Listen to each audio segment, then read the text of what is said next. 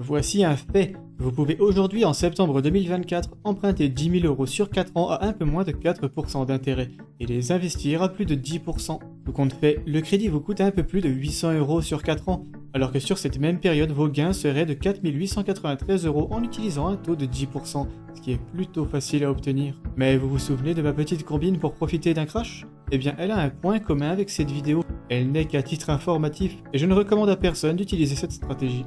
Et encore une fois, dans un but de garder la vidéo claire, je ne vous répéterai pas cette petite mise en garde trop souvent. Mais oui, il est mathématiquement possible de faire apparaître de l'argent très facilement. Appliquer la stratégie qui va suivre est outrageusement simple, et c'est assurément une des façons les plus faciles de gagner de l'argent. Avant de vous en parler, revenons déjà sur la cousine de cette stratégie, l'investissement immobilier à crédit. Donc voici le principe. En partant d'un faible capital de départ, vous pouvez emprunter une somme d'argent pour l'investir dans un bien immobilier, puis le louer à quelqu'un. Imaginons que vous ayez 10 000 euros, en empruntez 90 000 pour acheter un bien à 100 000 euros tout compris qui se loue 400 euros net, donc on soustrait tous les frais et les impôts. Vous faites finalement rentrer près de 5 000 euros par an, alors que vous n'aviez commencé qu'avec 10 000, un rendement extraordinaire sur le papier. Le Français moyen aura mis cet argent sur un livret A ne rapportant que 3% et ne gagnera donc que 300 euros. Mais vous faites 5 000. Alors oui, cet argent ne tombe pas immédiatement dans votre compte en banque, mais c'est tout comme, car il fait réellement croître votre patrimoine à hauteur de 5 000 euros par an. Et oui, vous payez des intérêts sur votre crédit, mais votre bien immobilier prend également de la valeur, et ces deux chiffres s'annulent généralement. Quelquefois le crédit vous coûtera quand même un tout petit peu d'argent, et quelquefois votre bien aura pris nettement plus de valeur que ce que vous a coûté le crédit, comme ça s'est clairement vu sur ces dernières années. En effet, vous savez tous que les prix de l'immobilier ont énormément augmenté ces 15 dernières années, la courbe étant même presque exponentielle depuis les années 70. De plus, en gérant bien votre affaire, vous réussirez peut-être même à avoir un cash flow positif. Autrement dit, les loyers nets que vous percevez sont en fait légèrement supérieurs à vos mensualités de crédit. Et dans ce cas, c'est une excellente opération. Vous gagnerez un peu d'argent pendant 20 ans alors que votre patrimoine s'apprécie énormément en même temps. Voilà pour le principe, et en fait, personne ne vous dira que de faire ça est une très mauvaise idée. Vous devez prendre un crédit, donc il y a quelques risques, comme celui d'avoir un rendement plus faible que prévu, ou des locataires capricieux par exemple. Si tel est le cas, vous serez dans le rouge pendant un moment, et il n'y aura plus grand chose à faire pour vous sortir de cette situation. Mais ça reste quand même une stratégie très connue, et qui fait globalement l'unanimité dans le monde de l'investissement. Et c'est d'autant plus vrai en France, où on adore l'immobilier, et où l'on déteste la bourse. Pourtant une stratégie similaire existe en bourse. Parlons-en justement. Le plan que je voulais vous présenter aujourd'hui est infiniment plus simple à mettre en place, c'est vraiment quelque chose d'enfantin. Et pourtant la rentabilité potentielle est énorme, voici en fait le principe. Il s'agit simplement d'emprunter de l'argent pour profiter de l'effet de levier comme en immobilier, et de l'investir en bourse à la place. Cette stratégie possède un certain nombre d'avantages par rapport à l'immobilier classique. Elle est déjà nettement plus simple à mettre en place comme je vous le disais plus tôt. Il suffit de souscrire à un crédit à la consommation et d'acheter des ETF avec. Et si vous ne le savez pas, sont des paniers d'actions très complets et presque parfaitement diversifiés. De plus, les gains potentiels sont plus élevés. Si un bien immobilier moyennement rentable vous donnera des loyers d'environ 4% net, plus son appréciation qui n'est pas tellement garantie, un simple ETF World vous rapporterait quant à lui dans les 10,5% en moyenne, basé sur son historique très lointain. Enfin, ce rendement est flexible et peut essayer de s'adapter à votre tolérance au risque. Rien ne vous oblige à tout mettre dans le World, il est possible d'y coupler d'autres ETF, ou même d'autres actifs comme des SCPI par exemple. Tant que le rendement reste supérieur à ce que vous coûte le crédit bien sûr, sinon cela n'a aucun sens. Mais pour les plus fifous, il est possible de faire l'inverse et d'aller viser plus haut que 10%. En effet, si le World est entre 10,5 et 11%, il faut aussi savoir que le S&P 500 est à 12, le Nasdaq à 17 et le Nasdaq x2 à près de 31, tous ces chiffres étant basés sur les 10 dernières années. Reprenons d'ailleurs l'exemple des 10 000 euros à 4% sur 4 ans vous coûtant en fait 10 800. À 12%, vous auriez 16 122 euros. À 17%, ça serait 19 644 et à 31%, ça serait 34 016, le dernier chiffre étant très optimiste. Mais gardons les 12% à 16 122. En faisant cette opération à 20 ans, vous devrez payer un peu plus de 200 euros par mois pendant 4 ans avant d'atteindre cette somme. Mais en laissant dormir celle-ci jusqu'à 50 ans, vous obtiendrez 359 490 euros. Et jusqu'à vos 64 ans, l'âge du départ en retraite, vous auriez en fait plus d'1 900 000. En d'autres termes, il est mathématiquement possible, basé sur les données moyennes de la bourse, de vous faire une fortune sans presque rien faire. Le plus beau dans tout ça étant que ces investissements ne sont pas figés dans le marbre. Les ETF se revendent très bien, vous pouvez donc accéder à cet argent quand vous voulez, même s'il est toujours préférable de le laisser travailler pour vous.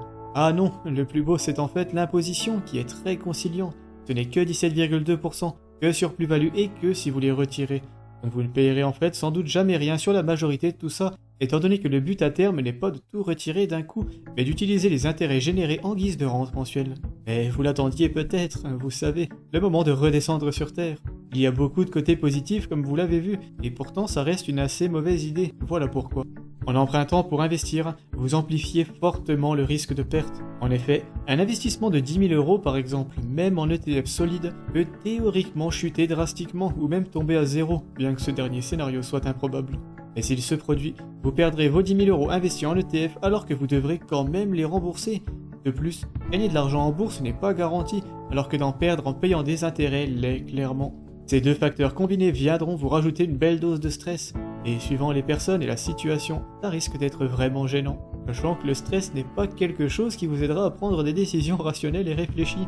Enfin, le dernier clou dans le cercueil sera l'impact sur votre solvabilité.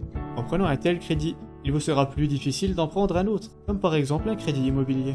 Que ce soit pour investir ou acheter votre résidence principale, le crédit immobilier est un outil excellent, et il serait dommage de s'en priver à cause d'un autre crédit nettement plus hasardeux. En effet, celui-ci comporte des risques bien plus contenus. Vous pourriez avoir un rendement un peu plus faible que prévu, ou de mauvaises surprises dans votre bien immobilier comme des dégâts des eaux que vous n'aviez pas remarqués ou autres, mais a priori aucun risque que l'investissement ne tombe à zéro. Après voilà, je sais bien que la plupart d'entre vous cherchent à avoir du rendement, mais il existe d'autres façons nettement plus sécurisées de le faire. On pense évidemment avoir pour augmenter vos revenus et diminuer vos dépenses, ce qui reste le paramètre le plus important, puis à investir efficacement en commençant le plus tôt possible tout en y allant aussi fort que possible. En effet, imaginons donc que vous ayez 20 ans et que vous investissez à 12% d'intérêt, et vous mettez 1 000 € par mois pendant 5 ans, ce qui est ambitieux, je le sais bien.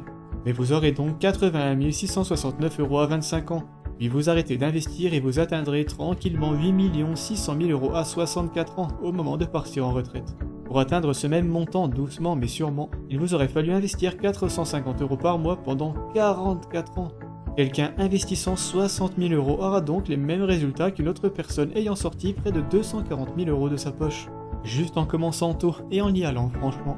Ah, c'est la base, mais il est possible d'aller booster ce rendement encore un peu plus. Être agressif dans vos débuts est très rentable, mais être agressif sur vos supports d'investissement viendra exacerber encore un peu plus vos résultats déjà excellents.